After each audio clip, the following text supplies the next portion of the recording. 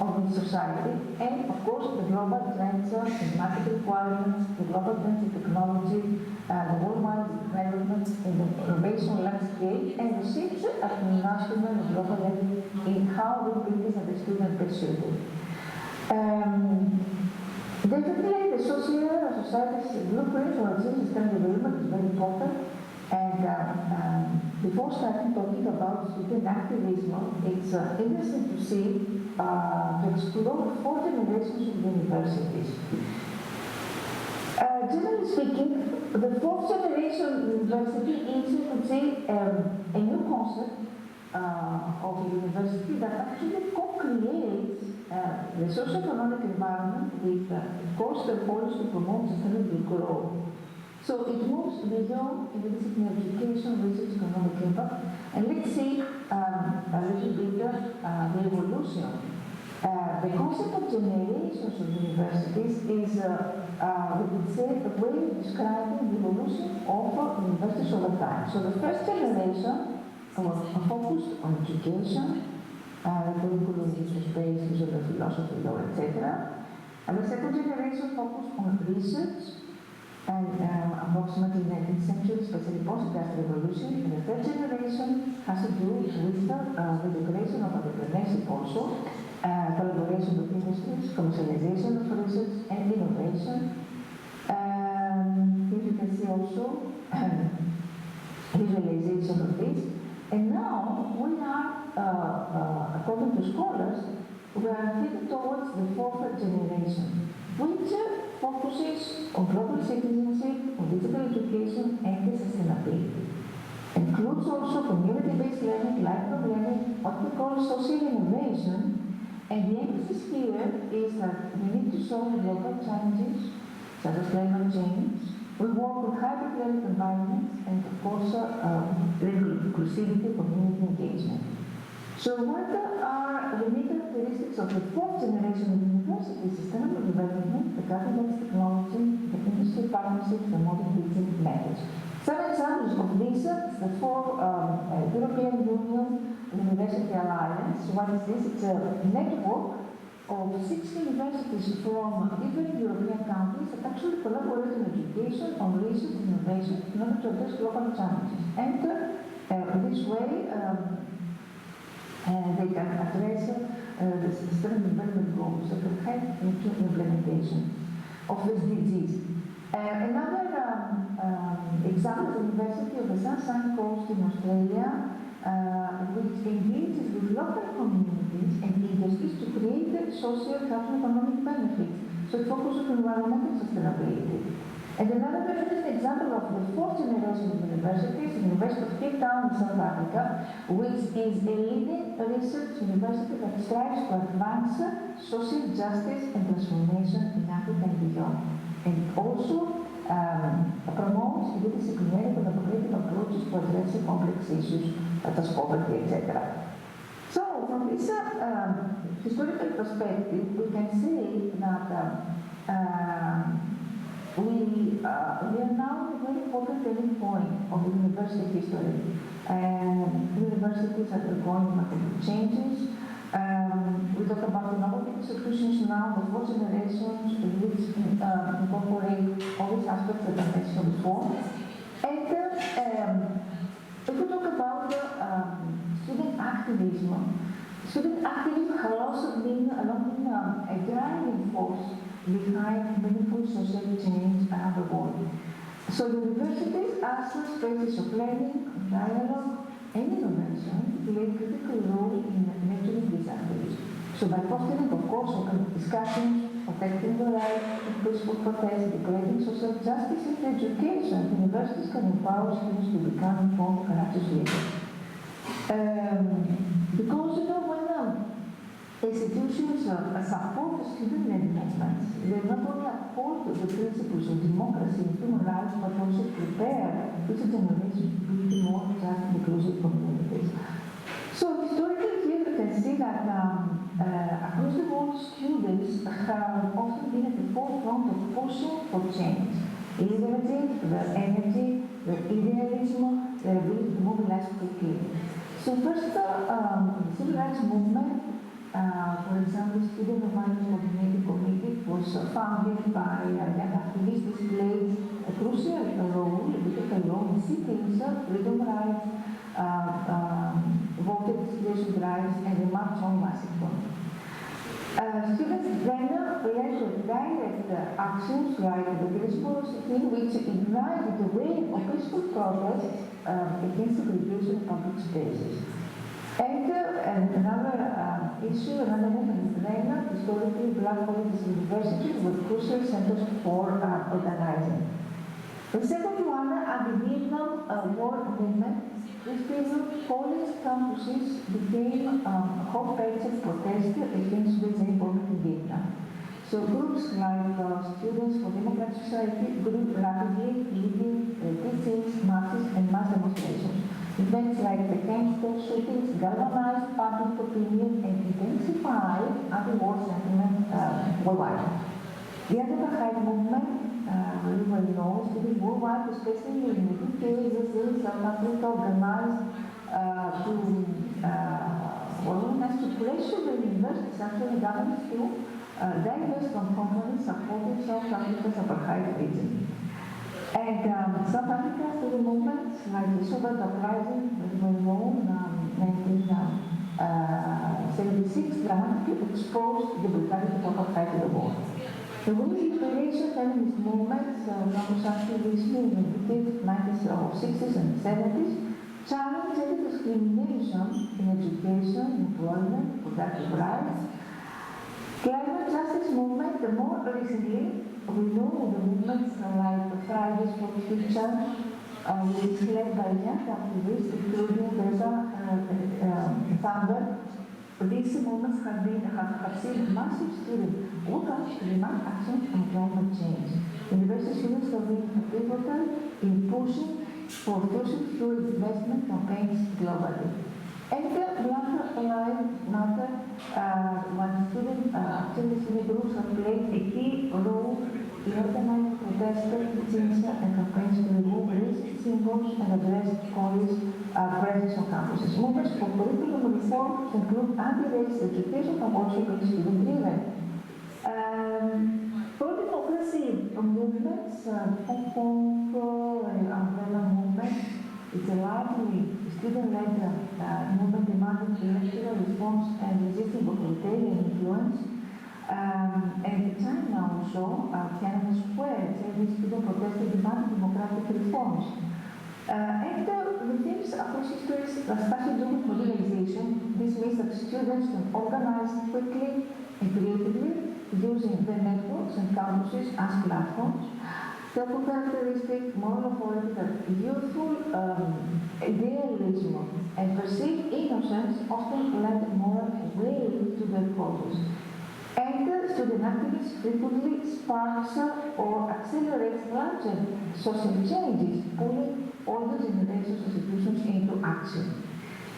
So, some examples of student-led protest, I mentioned already the disco in Soviet uprising in France, which was this movement was sparked by student protests against conservative university policies. This actually escalated into nationwide strikes involving over 10 million workers. The impact, of course, most of this led to major social reforms, including wage increases, improvements in working conditions, and the transformation of French education policy, which included more academic freedom and the modernization of their universities. People Power Revolution in Philippines, many of the students along with the religious groups and other citizens protested the dictatorship of Ferdinand Marcos. And also the revolution forced Marcos to flee the country and restore democratic government in Philippines. Dream after another movement when undocumented youth, moving forward students, the Dreamers, led cities marked the lobbying efforts for immigration reform. And furthermore, Parkland students marched for our lives after mass shooting. In Florida, students organized nationwide marches demanding gun reform, student protests etc. So here the common patterns are related with how student movements often usually started with small steps, but soon they become catalysts for larger social mobilization. And even if the goals were not immediately achieved, they can, however, ignite long-term policy shifts. Visibility with the attention of most coalition individual groups are essential. So in one policy student activism evolved to the 1960s and 70s, we focused on civil rights and the workplace social justice issues like women's liberation. Then we have more apartheid, environmental concerns, LGBT, community rights. Then 2000, to 2000 topics expanded into climate change, racial justice. Today, we have the focus on environmental activism, we have indigenous rights, disability advocacy, technology, ethics, AI, etc. And in terms of tactics and also in the past we had marches, we have sit-ins, now we use social media, we use spread awareness globally through hashtags, digital campaigns, viral videos, digital petitions. In terms of organization, in the past we have hierarchical hate groups and student leaders. Now we have more decentralized grassroots movements. So here we can see that there is a strong sense of leaderless or collective action. And in terms of inclusivity, more student activism is far more inclusive or marginalized voices. There is more awareness about privilege, about intersectionality, solidarity across movements. So students today are more conscious of systemic issues that link various forms of oppression. Issues have become global, so globalization is here, risk of repression, some countries' repression of student movements has increased with digital surveillance and illegal crackdown. And how effective is student activism in driving real social and political change? In groups for the USA, groups like the Student Mobile Coordinated Committee were crucial in cities, so freedom rights and voter registration rights. In Vietnam, then this period, student protest pressure political leaders and help shape public opinion. And in South Africa, this also played a crucial role fighting apartheid. In Arab Spring, the use of media state focus to total regions. And contemporary period, here we can see how movements like Fridays for Future, Greta Thunberg, all these youth-led movements from broad climate issues to the forefront of political agendas worldwide. The gun control activism, this sparked by student survival of school shootings. This movement has influenced gun legislation in some states. And Hong Kong student activists led a massive pro-democracy protest. So why this works? Because students bring passion and often willing to take risks, because they use social media to amplify their voices, because they frame issues in stark ethical terms that resonate widely, and because campuses are public spaces of discourse and protest, and university actions can regulate work. So what are the challenges? The challenges are related with sustainability, usually because movements lose the momentum when students graduate, for example, when they face burnout.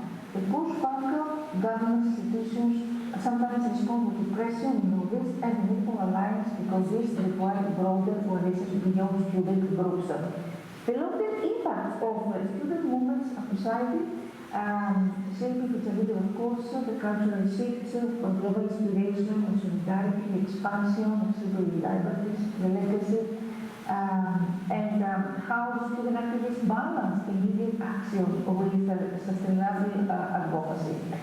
Here we can say that blending short-term wins with long-term goals is essential, because student activists often set clear short-term objectives like organizing a protest or petition or getting a policy change on campus, while at the same time keeping aside of the larger issue, so that could be systemic reform or cultural change.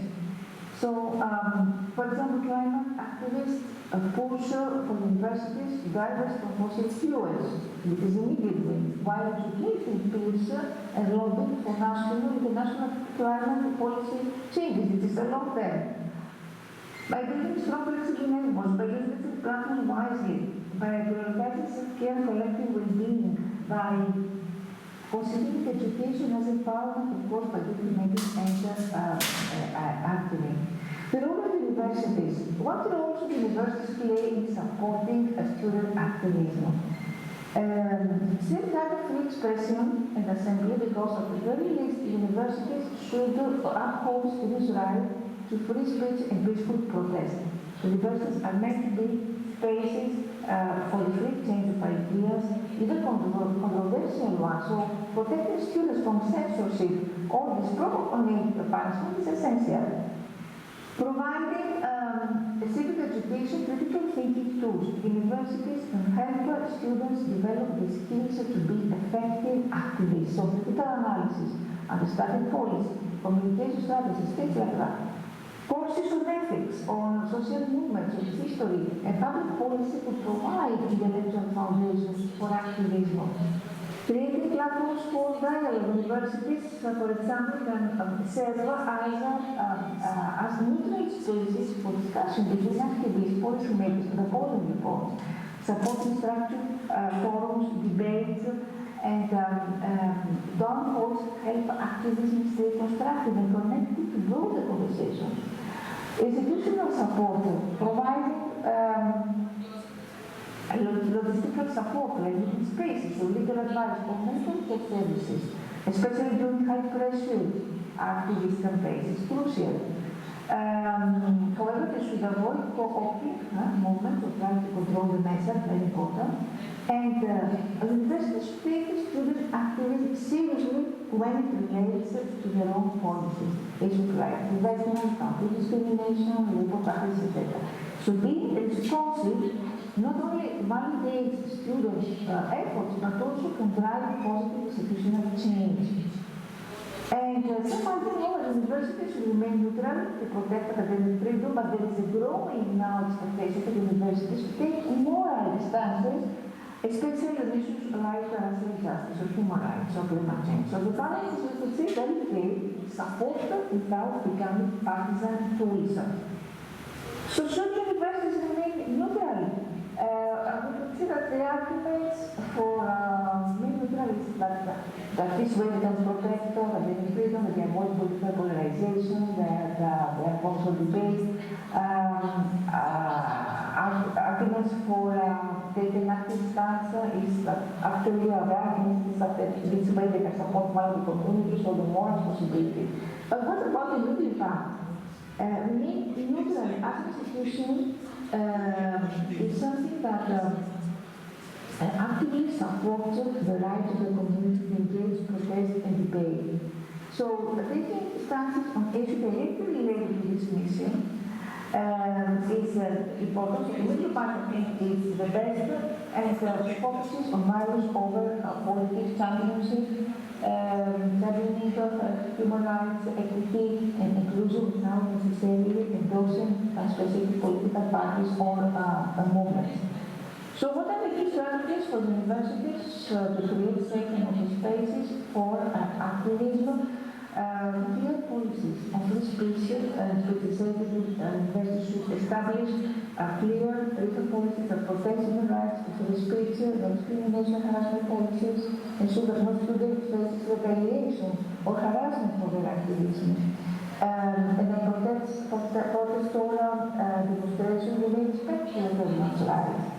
Designated space for activism, create some campus where students can organize, they can gather, express their views within the rooms, open laws, avoid post announcements, things like that. Intellectual space at the same time to be discussing boards, media channels, etc.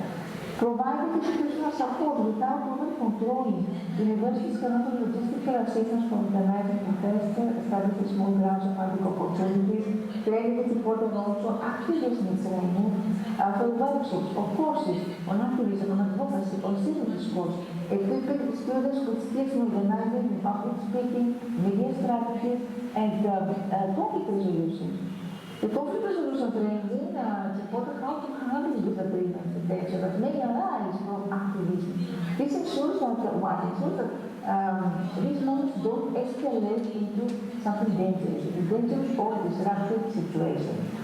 And of course, inclusion and direct representation, this means that the university should encourage and support activism that presents a wide range of racial diversity in populations, not just the most popular or mainstream movements, support marginalized communities, how to facilitate dialogue and debate, how to ensure protection for rights, so protect student activism, protecting mental health, doing support is important. And of course, balance institutional neutrality with support, collaborate with external organizations, etc.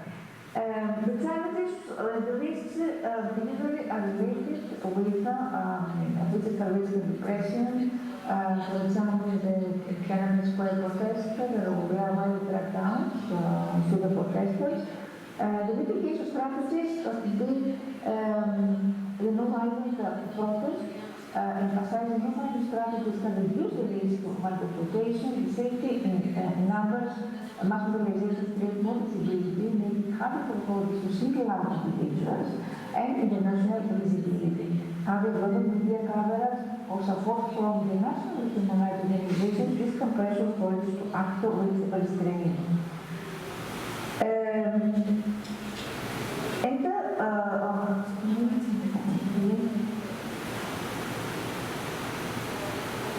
The second one has to do with legal risks. Student activists may be arrested, detained, or charged with crimes like sedition or disturбing the peace or even terrorism, depending on the political climate.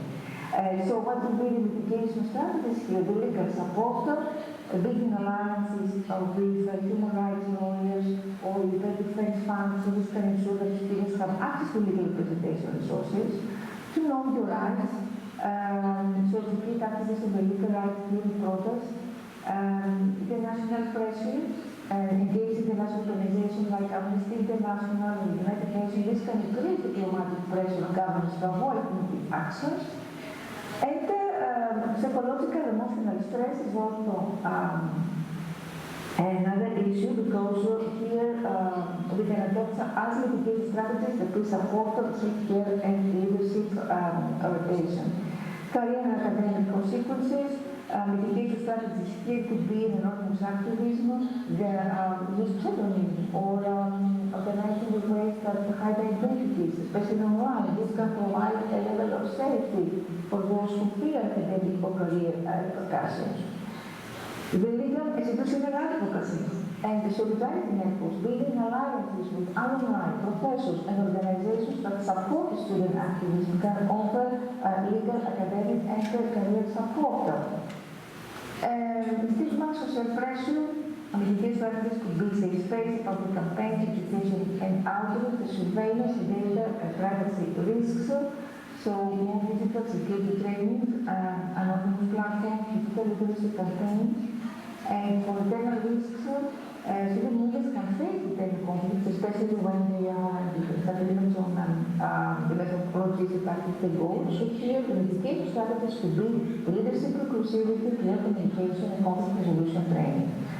Political pressures influence, of course, the way the university responds to activism. You know about this, the pressure could come from alumni, the political alliances, the university leadership, the regional and the national political pressures.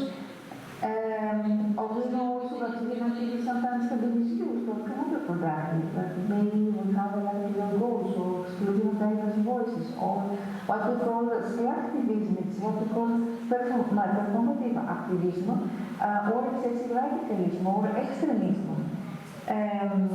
So you need to be aware of this. The social justice focus, usually nowadays, the key social justice issues, the focus of student activism are related to the racial justice, LGBT, community rights, immigration, refugee rights, digital privacy, policy reform, workers' rights, climate change, of course. And student activism can actually promote diversity, equity, inclusion, and plurality of campus because we talk about how we can raise awareness of inequality discrimination through hierarchies, segregation, how we can advocate for policies that will change, for demanding inclusive curriculum, for wanting access to education, how we can amplify marginalized voices, and how we can promote allyship and solidarity, how we can hold institutions accountable through monitoring and tracking the progress, combating migratory discrimination through various education, addressing day-to-day harassment, expanding access to resources, cultural centers, safe spaces, support systems for marginalized students, fostering the inclusion, climate, to cultural defense, celebration, creating a long-term impact, so legacy of change, and of course, students can collaborate with marginalized communities through intergenerational alliances, to building gender relationships, through listening first and center community voices. The digital activism also supported, social media has transformed radically student activism, so we talk about more real-time documentation, amplification, the global solidarity, risk surveillance or censorship, amplification of marginalized voices. The benefits and potential drawbacks of digital activism could be the wide range of accessibility, speed efficiency, the cost effectiveness, increased visibility, enhanced collaboration, and the potential drawbacks. Usually the criticism what we call superficial engagement, the digital divide, the risk of cooptation, and the commercialization and disconnection from ground level action. Online campaigns complement ground activism because they try to, for example, for fundraising or position of accountability visibility or try to raise awareness or create global solidarity. And the global context, student activism, of course, differs across countries and countries because it's not related with factors like political context, issues driving activism strategies and tactics in terms of gender, in terms of education system. Independent universities, on the other hand, we have state-controlled universities. But we can learn a lot from the national student movement. What we can learn from the lessons, the power of collective action, the role of digital platforms, the need for strategic organizing the tactics, how to challenge institutional norms, the role of the national solidarity networks, and the importance of resilience and persistence. So global issues like climate change, something that unifies student activism worldwide, because we talk about shared humanity, we talk about how we can inspire global movements, how we can liberate technology, how we can build transnational networks, how we can challenge global systems of power to create a collective group identity. Finally, the future outlook, what is the future of student activism in a increasingly globalized world? The virtual media activists, cyber activists, new forms of collaboration, greater focus on intersectionality, collaboration with other ethical social movements, the challenges and potential pitfalls of digital platforms as primary tools for activism, the global solidarity and cross-cultural movement, and definitely universities can actually prepare the students leaders from activism. How, through all the strategies I mentioned before, offer courses, social justice, creating safe spaces, guiding critical thinking, providing spaces for activism expression, teaching the tools of modern action, and fostering a culture of sharing responsibility. Thank you very much for your attention and for any questions here to discuss. Anyone has any questions?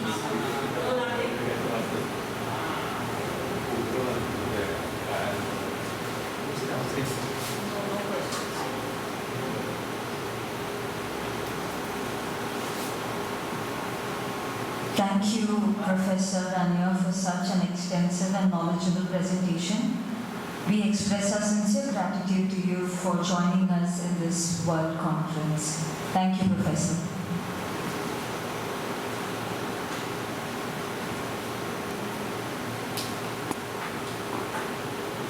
Thank you, Mom. Thank you, Mom. Thank you, Mom. Thank you, Mom.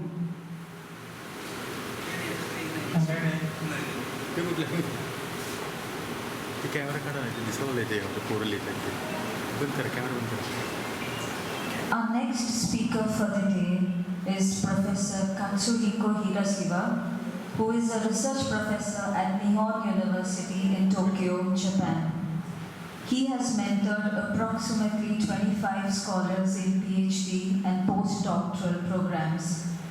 Additionally, he is a member of the Global University Network and has presented talks at numerous national and international conferences. Let us give Professor Katsuhiko Hirasiwa a huge round of applause and welcome him for this conference.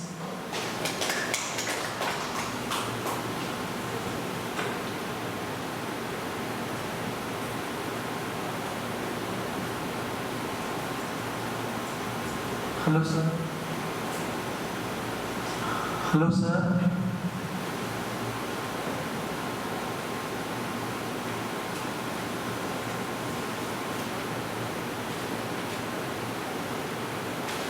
Hello, Professor Hirasiwa.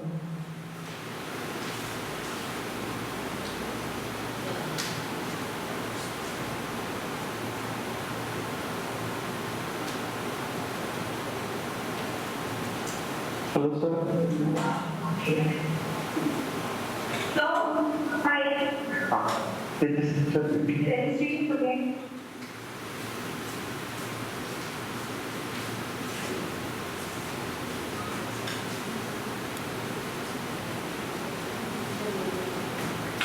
Hello, Professor.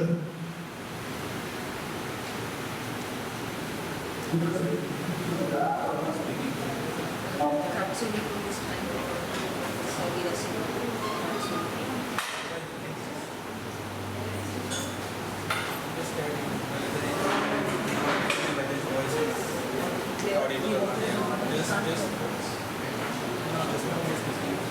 Hello, sir. Professor. You're not getting Submit join soon, please wait.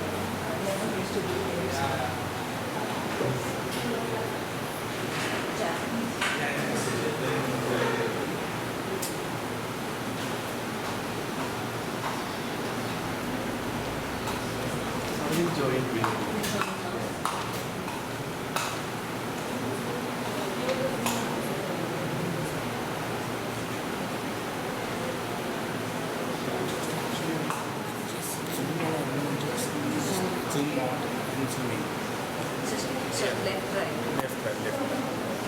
Means zoom out. This is for recording. You guys know this. No. Right hand recording is on. Pause it. The red button. Controlling resume. When the signal is showing red, that will be the recording. Then you pause it now. Let it do double tap. Just increase the time now.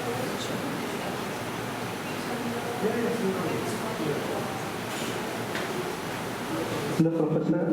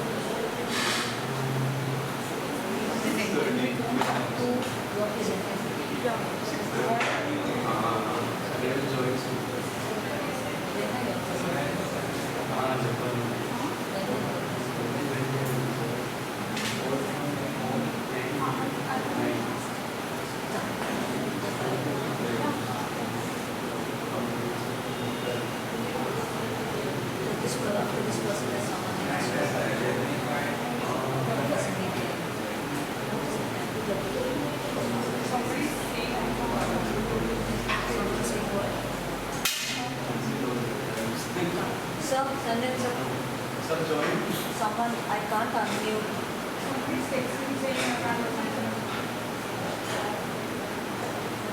Hello, sir. Have you joined? Speak with the Kanada.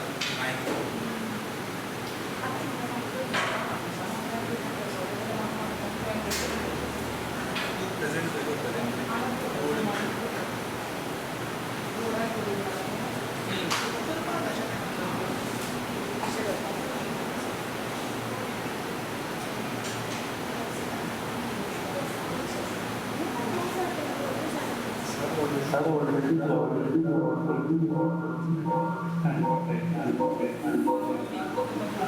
Hello, Professor. Could you please keep your video on so that we know? Hello. Turn off on your mobile. Hello, sir. Professor, please keep your video on.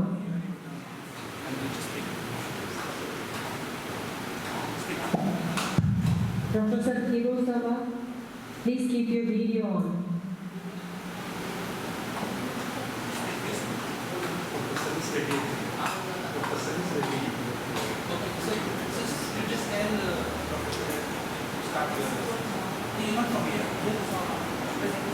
Sir, you can start your session. Just unmute video on.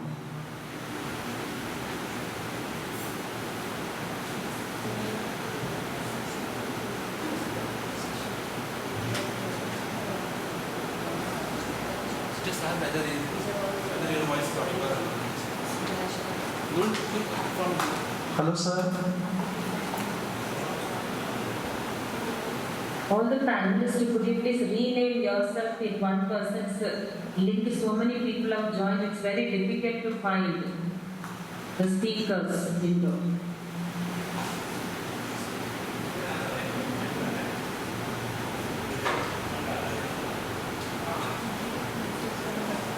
Yes, he's here.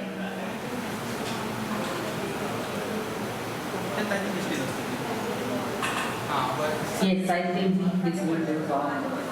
Thank you.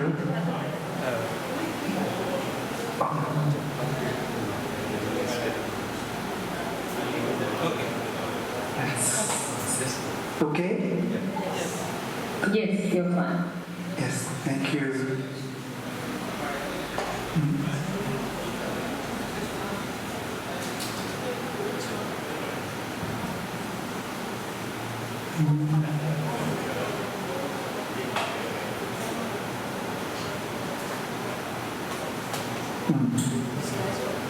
Okay. Thank you very much. I'm Kazuhiko Hirasawa. Is it okay? Yes. Please go ahead. Yes, thank you. I'm Kazuhiko Hirasawa from Nihon University, Tokyo, Japan. It's a great honor to give a presentation at such a wonderful conference.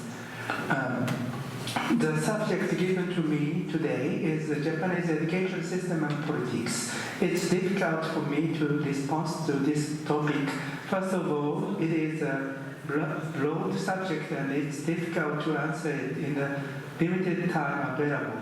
Secondly, I was in charge of business administration at the university and I do not have the ability to summarize this issue in a concise manner.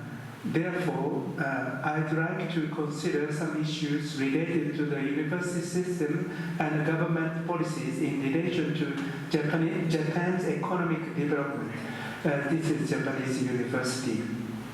So, in recent years, the number of foreign students, especially from China, studying at Japanese universities has increased. One of the problems that always lies in the accepting these foreign students is the difference between Japan's education system and that of other countries. In Japan, the 6334 system was established after the Second World War. The Japanese education system is structured as follows: 6 years elementary school, 3 years of junior high school, 3 years of high school, and 4 years of universities. The first 6 years of elementary schools and the 3 years of junior high school are So until the end of Second World War, the system was 6 years of primary school, 5 years of junior high school, 3 years of high school, and 3 years of universities.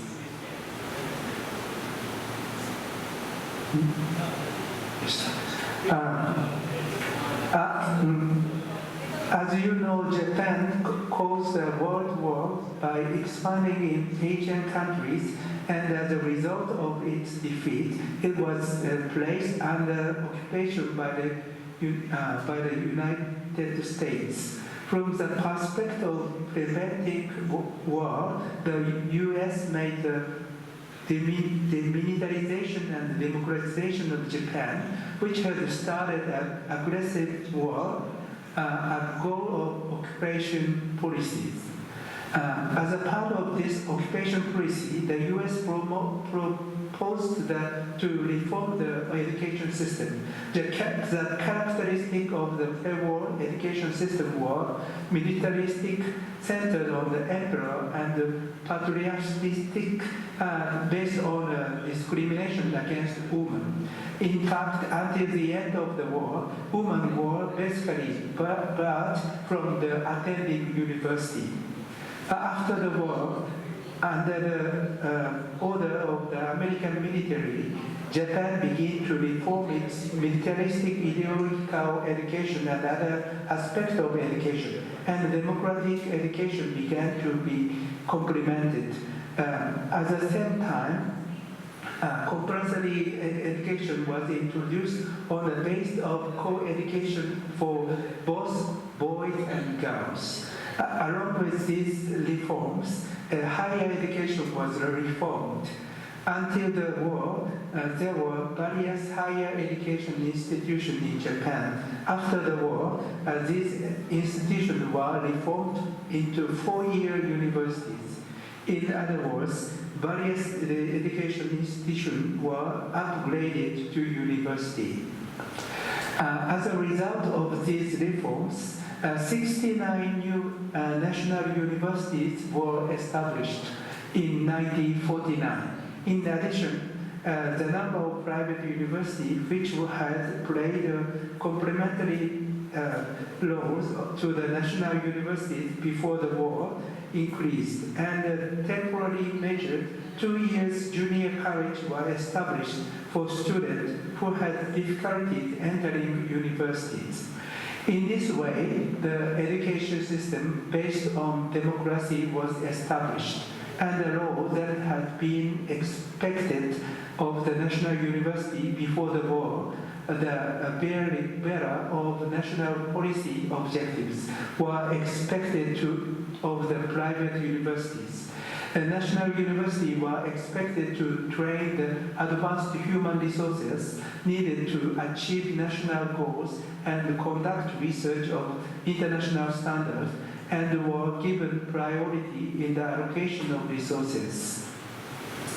In this way, the foundation for the spread of education were laid, and on the basis of this foundation, so-called school required society was formed. Let's take a look at the formation of these school required societies. This table shows the change in the rate of students going on to university and junior colleges from 1954, 10 years after the war. The blue line shows the rate for males, and the red line, the rate for females, and the green lines, the total. The rate of students going to university, which was only around 10% in 1954, has risen over 60% for both males and females by 2023. The following are commonly cited as a reason for going to university. From the economic perspective, it's pointed out that investment in human capital can lead to higher rewards. Indeed, in Japan, rewards are determined by the curve for each level of educational background. Moreover, the experience of parents of others for their children to go to university based on these economic factors cannot be ignored. In this context, changes in business organization are important. According to Professor Yuzihara, there were 4 different groups of employees in Japan, large companies before the war, and each group has a different method of recruitment, wage structure, and promotions paths. These groups of employees were closely linked to the pre-war education system. And after the war, under the guidance of Allied force, a trade union were forced on the shop floor, and the first issue was unions addressed this status order. As the labor union gained movement, this old class system was dismantled and the workers were broadly divided into white collar and blue collar. It was at that time that the introduction of mass production became important. As it well known, the introduction of mass production dismantled old trade system and created many jobs. But at the same time, it created a career ladder that linked many jobs together. In large Japanese companies, this career path is linked to university and high school grades. There is, of course, a distinction between white collar and blue collar workers, but even this is becoming varied in the context of labor shortage.